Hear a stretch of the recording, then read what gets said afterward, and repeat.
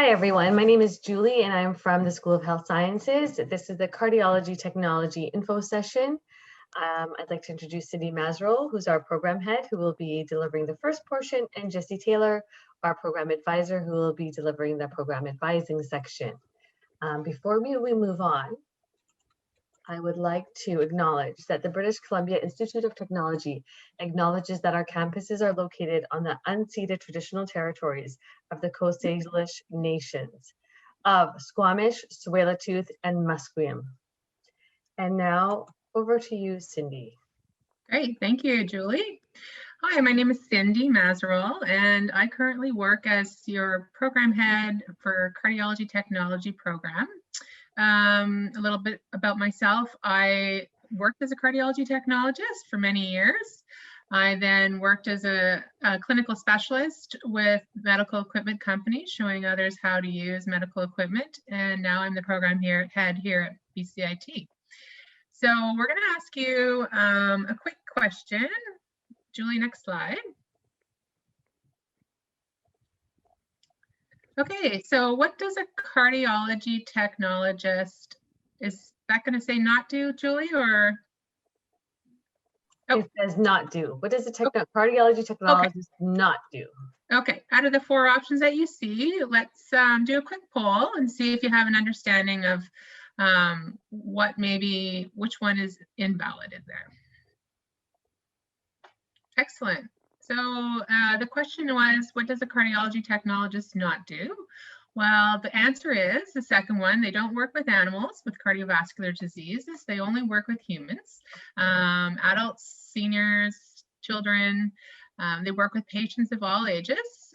They get to troubleshoot equipment, solve problems, and they get to have fun moving through all the areas of the hospital, particularly in your clinical practicum.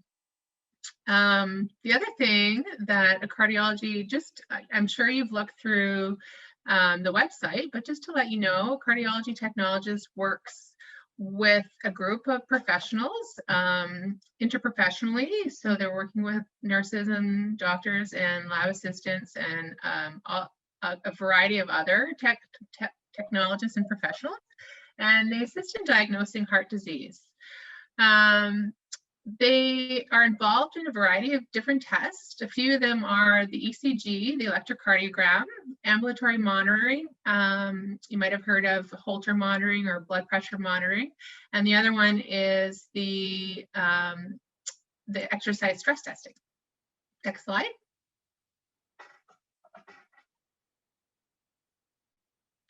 So I'm just going to give you a quick program overview. I forgot to mention at the beginning that your questions will be all answered at the end. And so just to hold back and put them in the chat, and Julie will keep track of those questions. And then we'll either, one of us will answer them for you, either Jesse from Program Advising or myself. So our program is a blended model of delivery, which means that we do a variety of different things in our program to train you to become a cardiology technologist. So you have the online portion, which is our academic courses that you notice on the courses page on the website, and they are online from a distance. So you can essentially study anywhere you like. You don't come on campus. And the courses have a variety of pieces in them, like the virtual classroom, you have discussion posts, there's different chapters or modules, we call them, where students work through with different instructors.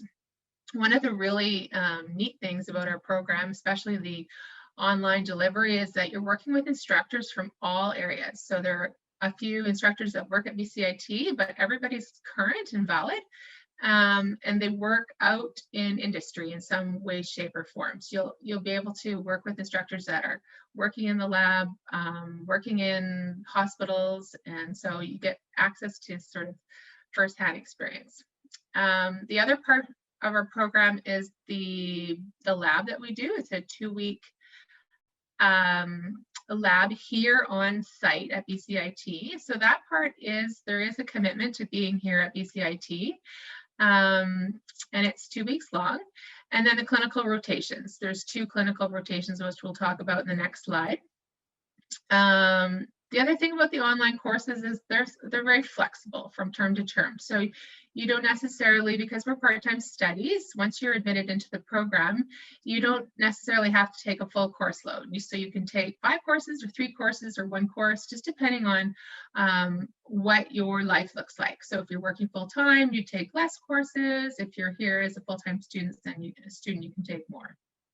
The clinical experience is at hospitals all across the country. So we have clinical affiliation agreements with a variety of hospitals. So if you live in Saskatchewan per se, then you can attend a clinical at in your home province. One of the things I might mention, though, as it mentioned on the website, it's not a guarantee that you will be placed in the hospital of your choice. So one of the things that we like to emphasize for this program is that you could be placed at another site, another province, for one of your practicums, but we do our very best to keep you close to home. And the lab sessions are really neat. They provide active practice and application on campus attendance, but you look at things like working with equipment one-on-one, working with your peers, doing ECGs, doing the ambulatory monitoring, having a look at the exercise stress testing, and getting to participate in all of the tests that you would do as a cardiology technologist. And you get to participate in some simulation, which is exciting for our program. Next slide, please.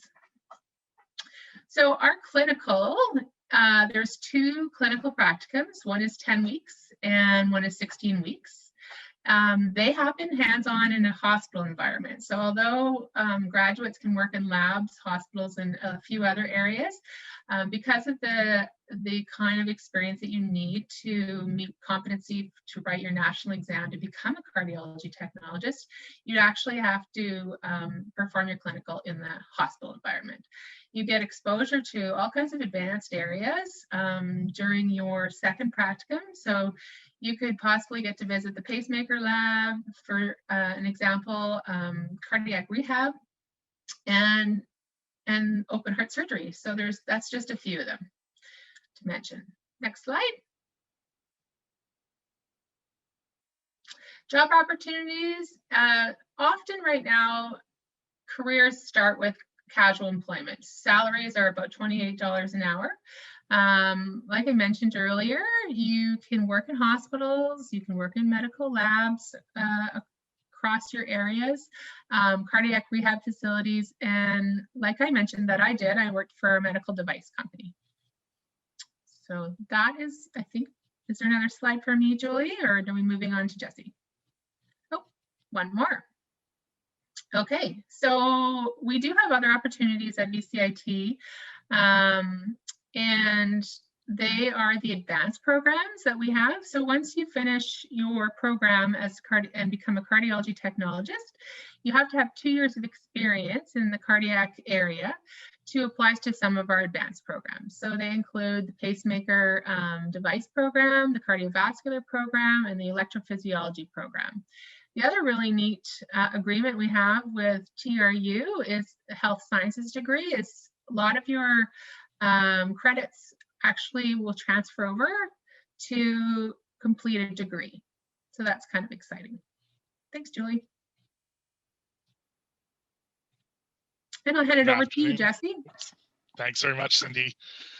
Hi, everyone. My name is Jesse Taylor. I work as one of the general full-time program advisors within BCIT. Our group of advisors are here to try and support you as you attempt to pursue different programming at BCIT and try and clarify some of the requirements, as well as talk to you about strategies for entry into competitive programs. With that, if we can go on to the next slide. Thanks, Julie. And so entrance requirements for the programming, we do expect that you take a look at the full details on the program pages.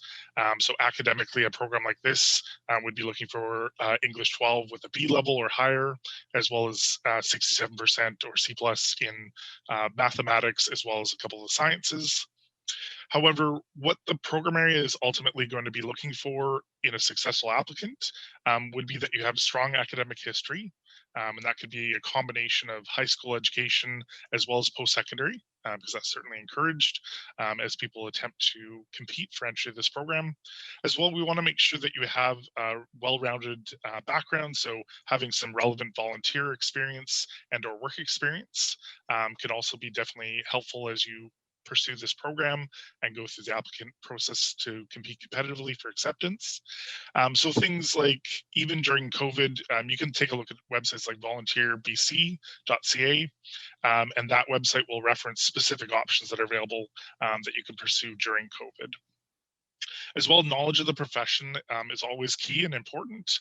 So we want to make sure that you do as much research as possible to understand the aspects of this profession and what you should expect if you're deciding to apply to the program and attempt to compete. And then the last aspect would be that you have successful results within the Casper examination. So this is going to look at interpersonal aspects, and it is an external exam to BCIT. So we do want to encourage you to contact Casper, make sure that you're aware of the examination dates that are coming up, and that you've ensure that you have the results from that exam to be able to have them sent to the department before the application deadline. So talking about application deadlines, I'll go on to the next slide here. Thanks, Julie. And so with respect to start dates for this program, if we're looking at the cardiology technology program for September of this year, we would have applicants applying as of January 2nd, and applications will be accepted up until April 30th.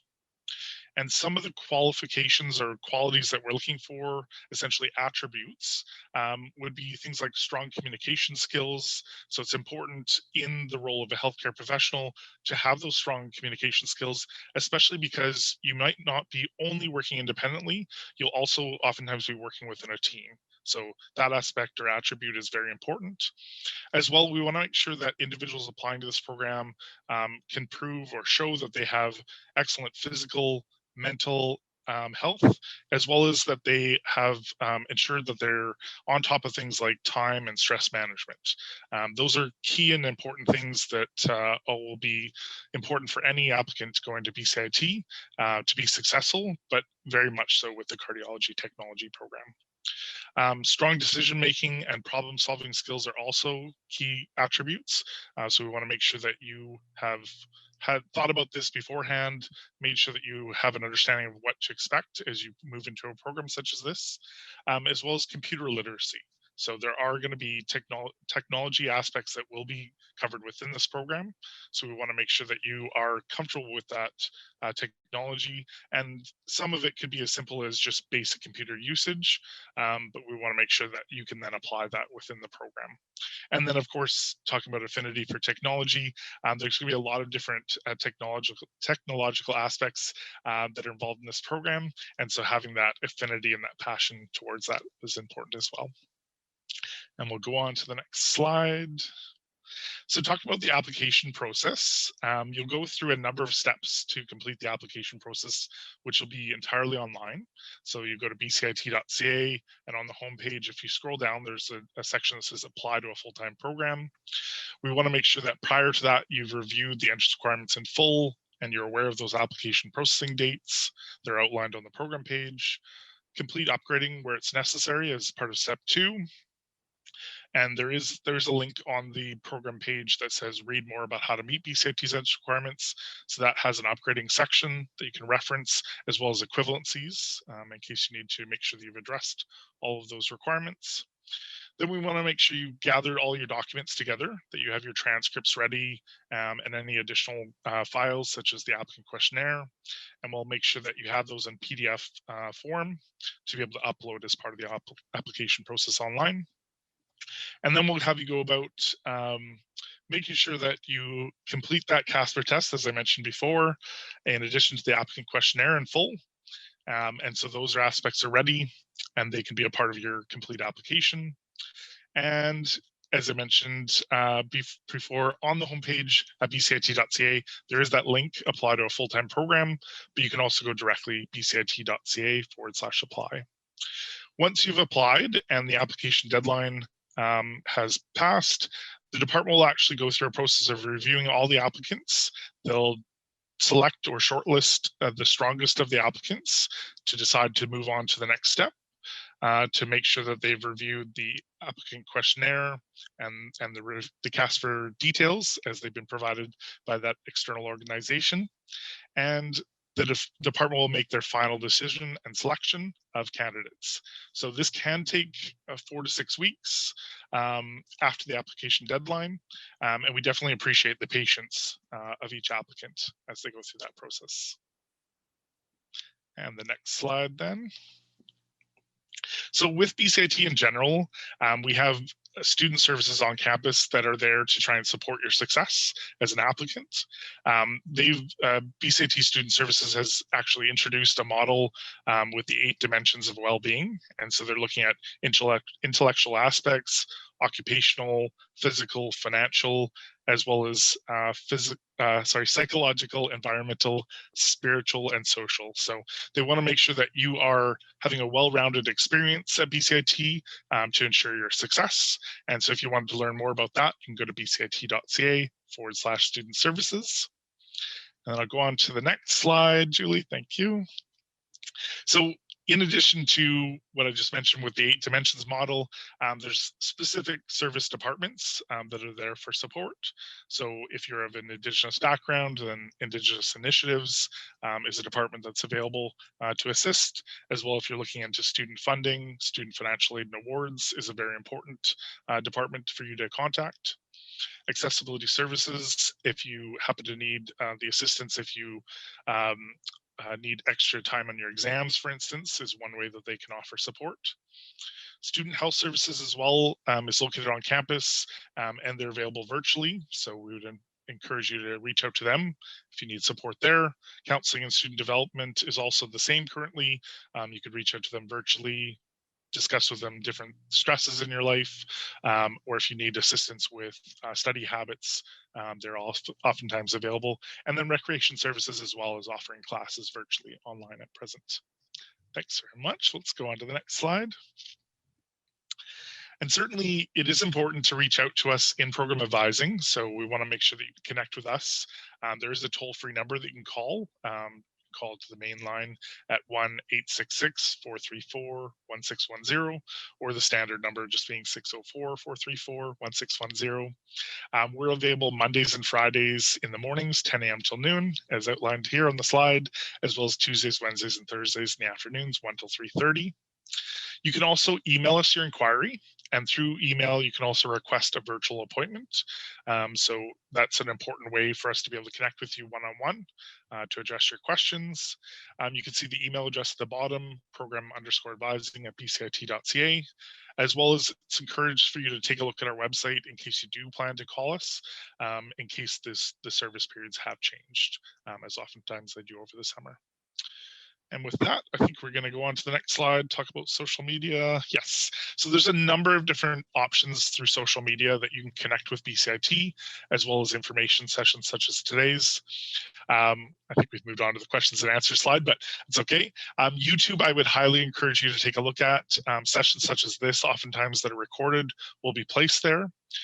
As well as there's other ways that you can connect with us through social media in the way of Facebook, reference Instagram posts, and so on. So a lot of different ways to be able to connect with BCIT in particular and try and get some of your questions answered where you may not feel inclined to make a phone call or try and set up a virtual meeting.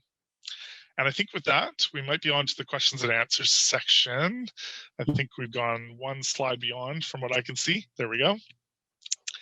And so I don't know if Julie, if you're gonna. I'll start at the top. We had some Okay. really good questions. And then maybe if Cindy, you want to answer, and then Jesse, you can add on if appropriate. Okay, so let's start with Brinley. Brinley asked, I was wondering if we will be able to finish the program early if we take spring and summer classes. Also, are spring and summer classes available to take? Okay, a very good question. So we have 3 terms where we take academic courses. That is the September through December, the January or our winter term, and we do have a spring term. We don't have classes in the summer. So typically if you took the program full time, and that's about a 5-course workload, you would be finished in 2 years. Okay, our next one is from Jenna, and she asked, I am finishing my science degree. Decided to go this route as of last year, but want to finish my degree. Couple questions. I need to take 2 years off to save for the program, as well as for the move down there from Kamloops. Any suggestions of things that I can do that will help my application when I do apply? And is the program always online, or is this just with COVID right now? That's a great question. So COVID has not affected our program a great deal because the program has been online. All of the academic courses are online. We did put our 2-week lab, we did put the first week into a virtual session, or I'm not sure how long we'll have that. It's really important to get your hands-on experience. So that would be you coming in for at least a week. I'm just trying to think of, sorry, I'm lost of what was the third part of that question, Julie? That was, the degree. how Taking time off from the degree? I think you answered that. It was the Any suggestions of things I can do that will help my application when I do apply, I think is fantastic. Fantastic. Yeah, Jesse mentioned a few of those things. So having your marks, academic marks, being as high as possible. We do look from when the program looks at those academic marks and admissions looks at those and you meet the requirements. They're also looking at the mandatory questionnaire to see if you've completed that. So the program then moves on to weighing out the mandatory questionnaire and the Casper test results 50-50. So that's sort of the second step. And suggestions on making that better, just a little bit of what Jesse mentioned. You really want to know a lot about the profession by doing your research. I would suggest that you really answer the questions carefully by reading what they say. If you've applied in the past, the questions have changed. So make sure you don't resubmit the same mandatory questionnaire. And as for the Casper test, it's based on softer skills, and there is really no way to prepare for it, as I understand. So you can get on the Casper website just to have a look. I think there's a practice session on there. And the last part of that, thanks, Cindy, is this program always online, or is this just with COVID right now? Oh, yes. So I think I mentioned that in the beginning. So it is always online. Yeah, Jenna, if we didn't quite capsulize all the aspects of your question, feel free to contact us further, because I think you were trying to say as well that you need to take a couple of years off to save up for the program, and maybe you're wondering about experience that you might gain from working prior, possibly. So, but. Okay. Yes. Any other? If we missed part of your questions, send them to program advising, or you can look on the website and email myself as well. Okay. We have a question about some prerequisites that you can answer, or just redirect them again to the website. But do we need to take biology 12, chemistry 12, and physics 12 in high school for this program? So I can comment on this, that the academics, as they're outlined on the program page, would need to be satisfied in one way or another, whether that be from high school education, post-secondary, because there are equivalencies outlined, as I mentioned. So you want to take a look at that read more link below the requirements, as well as you could do assessment testing, which is also in that link. And then you could also complete the education through high school equivalent adult education classes. So. Cassandra wants to know, how many students do you take each semester, and what is the tuition for the program? Okay, sure. Start with the tuition. So a 3-credit course is about, right now, it does change from year to year, but about $630, I think. So just depending on how many courses you take a term, that would give you a sense of adding up what it would cost. And the first part of that question was, Julie, again. Let me go back. Sorry, I moved on.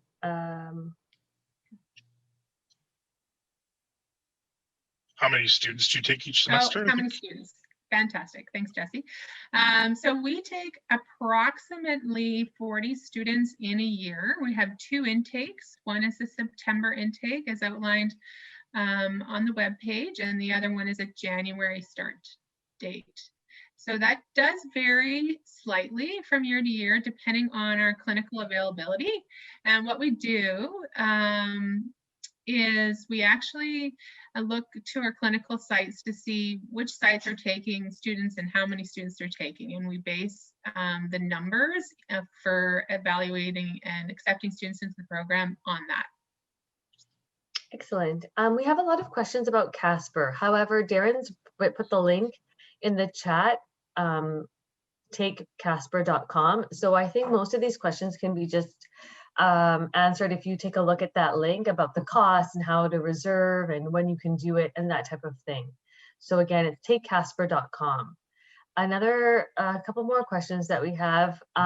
There's some really specific entrance requirements ones, and I think Jesse touched on that about where to look for that specific information. So Darren, if you have a second, just put that link in the chat as well. Our next question is, do you consider people with a university experience to be better candidates for the program? So I'll say yes. Additional, and that doesn't necessarily mean you're meeting the academic requirements, the entrance requirements. So normally that's the basic entrance requirement, is to meet your high school courses that are listed on the website. And everybody is fairly treated in terms of meeting those requirements and looking at the marks. Where we look at the people having a little bit of an advantage if they have extra post-secondary, and that's not always the case, but if you have additional experience during your degree, you have additional experience during degree doing some work or some volunteer work or some specific courses that add to your knowledge in cardiac sciences. I know a lot of the kines programs have some ECG interpretation, and so we're really looking at additional experience, and so that's the answer to that question. Hope it helps. Lindsay has a great question. If I don't get accepted for September 21, can I still take some of the BCIT courses required? Mm-hmm. If so, are there specific courses available to non-cardiology students? How many credits can be taken as a non-cardiology student? Mm-hmm. So we are limiting the courses to, I believe it's 3 courses that you can take, and that's on the website, 2 or 3. We'll cut you off after that. We don't want students to take all the courses and then feel that they are going to get into the program because they have taken a variety of courses, but you can take 2 to 3 courses just to sort of dabble in it. And the courses you would have to take would be the first few, just because they have no prerequisites. We have a question from Jaden. Is it possible to apply for the cardiology tech program and another health science program at the same time until you are accepted into the program you want to get into? And I did respond to that in chat, but yeah, normally the admissions department only permits 1 active application at any given time. And so you'd be able to apply to a program that has a specific application deadline. And if you were not accepted to that program, then there may be the opportunity to still transfer your application to another program that has a later application deadline or that has no application deadline because it's non-competitive. So. Okay, and with that, we have a couple of, okay, we're gonna take one more question and we're gonna move to our video. There is a lot of really specific questions about entrance requirements, and Jesse addressed that, and there are the links in the thread. We're not gonna read them out in this forum because they're so specific. But we have this one about from Brinley, which is a great question. It's, so I am in the College of Kinesiology and have had a bit of experience in ECGs, stress testing, etc. So would those be considered good prerequisites for this program? I mean, it's in terms of our mandatory questionnaire, it would enhance your application for sure, having that experience, knowing that you have done your research and you know what those things are. You would not, from an academic standpoint, you would not be given any credit for those courses. You would still have to take the courses within the program. Okay, excellent. With that, we're going to move on to our short video talking about the return to campus. And again, if you have any thoughts or questions, just put them in the chat. Everyone's going to receive this slide deck and this presentation so that you can reflect on it. And I hope you all enjoyed it. So here is this video.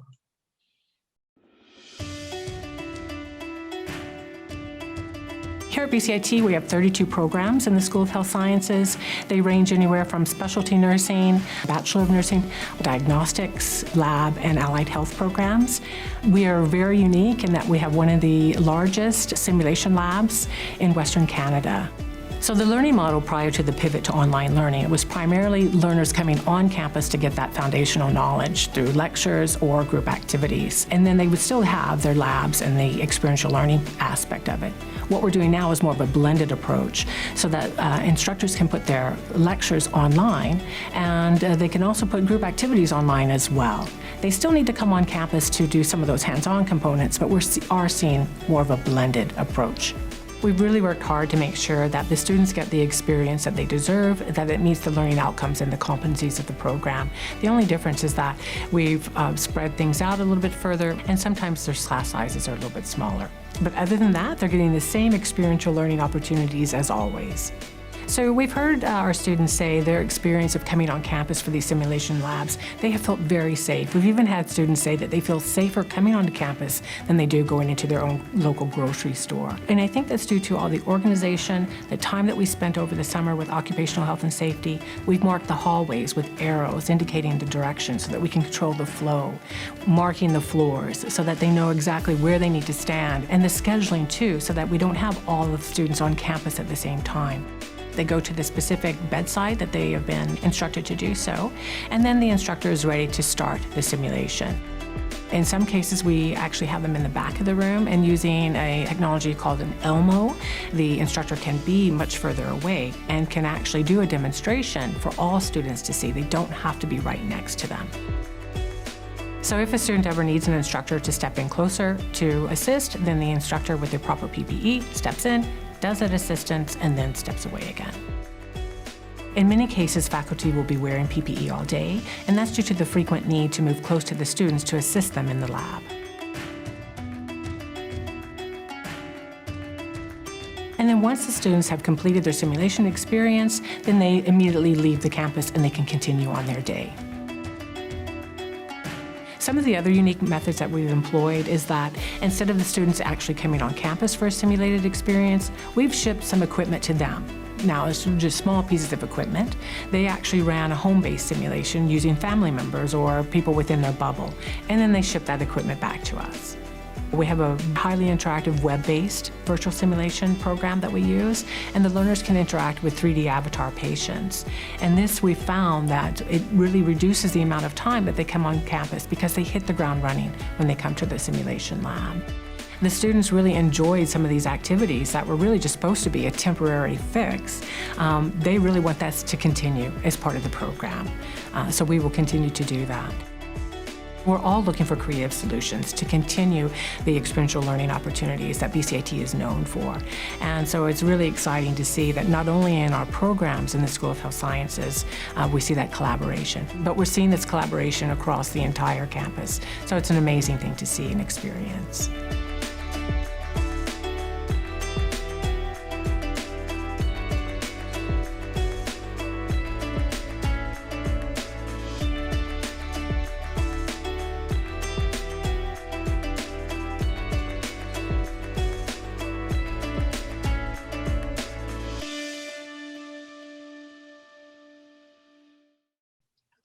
And with that, I'd like to thank Cindy and Jesse for their amazing presentations, and for everyone for taking the time to come on and learn more about cardiology technology. I invite you to contact Jesse at Program Advising with that email. I'm going to put that up just one more time in case you have any more questions that you need to ask. And also, we have a series of sessions running throughout the rest of the week, so feel free to join in on any one of those as well. It's the same reg link. You can go to that website, bcit.ca/info sessions, and see what else we have to offer. Thanks, everyone. Have a great day. Thank you. Hi, everyone.